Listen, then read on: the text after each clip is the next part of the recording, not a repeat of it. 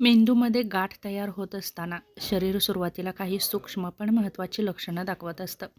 ही गाठ कधी सौम्य असू शकते तर कधी घातक असू शकते. गाठ वाढू लागली की ती मेंदूतील नसांवर आणि मेंदूच्या वेगवेगळ्या भागांवर दाब टाकते. त्यामुळे शरीरात अनेक प्रकारची लक्षणं दिसू लागतात. पहिलं म्हणजे सतत आणि वाढत जाणारी डोकेदुखी.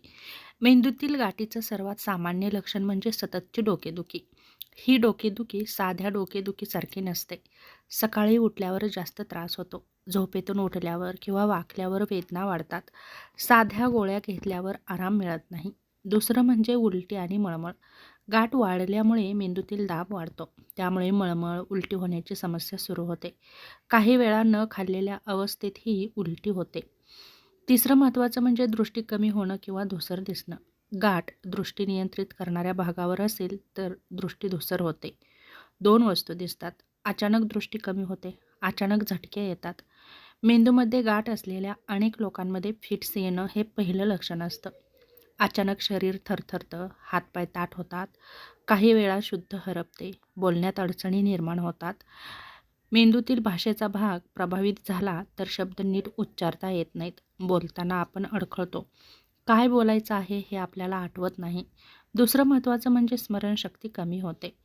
गाठ मेंदूतील स्मरणशक्ती नियंत्रित करणाऱ्या भागावर परिणाम करते. त्यामुळे गोष्टी पटकन विसरतात. एकाग्रता कमी होते. कामावर लक्ष न लागणं, शरीराच्या एका बाजूला कमजोरी जाणवणं, मेंदूच्या एका भागावर गाठ असेल तर त्याचेही वाईट परिणाम होतात. जसं की एका हातात किंवा पायात कमजोरी, चालताना तोल जाणं, वस्तू हातातून पडणं, चालण्यात अडचणी निर्माण होणं. संतुलन नियंत्रित करणाऱ्या भागावर परिणाम झाल्यावर चालताना आपण डगमगतो, तोल जातो, आपलं वागणं विचित्र होतं, ऐकण्याची क्षमता कमी होते. गाठ कानाशी संबंधित नसांवर परिणाम करणारी असेल तर ऐकू कमी येतं, कानात सतत काहीतरी आवाज येतो, चेहऱ्यावर सुन्नपणा जाणवतो. काही लोकांमध्ये मात्र चेहऱ्याचा एक भाग सुन्न होतो, मुंग्या येतात, झोप जास्त येते किंवा थकवा जाणवतो. मेंदूवर दाब वाढल्यामुळे सतत झोप येते किंवा थकवा जाणवतो. आळस आपल्या अंगामध्ये कायम राहतो. काम करावंसं वाटत नाही.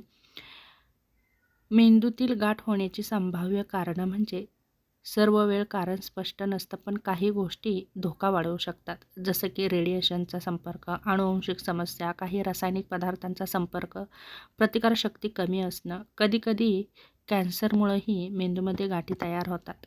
डॉक्टरांकडे कधी जावं? तर रोज वाढत जाणारी डोकेदुखी, अचानक जर तुम्हाला फिट्ट येत असेल, तुमची दृष्टी अचानकच कमी झाली असेल, बोलण्यात अडचणी येत असतील, शरीराचा एक भाग कमजोर झालेला असेल, तर अशावेळी MRI किंवा CT स्कॅन करून गाठ आहे का हे नक्कीच तुम्ही पाहिलं पाहिजे. महत्त्वाची गोष्ट म्हणजे प्रत्येक डोकेदुखी म्हणजे मेंदूची गाठ किंवा मेंदूमध्ये गाठ आहे असं नाही. पण वरवरची लक्षणे जर दीर्घकाळ दिसत असतील तर तपासणी करणं खूप गरजेचं आहे.